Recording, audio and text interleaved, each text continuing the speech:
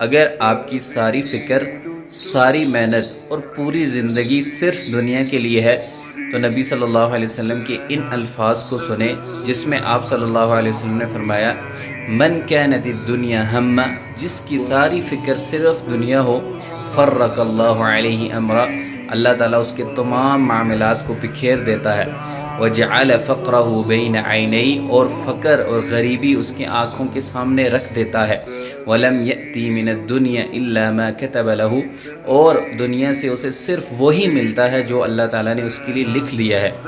ایسا شخص چاہے جتنا بھی بھاگ دوڑ کرے دنیا کے لیے، وہ سکون نہیں پا سکتا، دنیا ہاتھ میں نہیں آتی، اتنی ہی ملے گی جتنی اس کے نصیب میں لکھ دی گئی۔ آگے فرمایا ومن كانت الآخرۃ نیتا، اور جس کی نیت آخرت ہو، جمع اللہ له امرا، اللہ تعالیٰ اس کے تمام معاملات کو سنوار دیتا ہے، وجعل غناءہ فی قلبی، اور اس کے دل کو غنی کر دیتا ہے، بے نیاز کر دیتا ہے،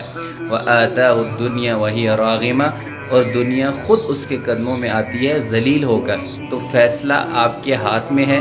دنیا کی فکر میں زندگی برباد کرنا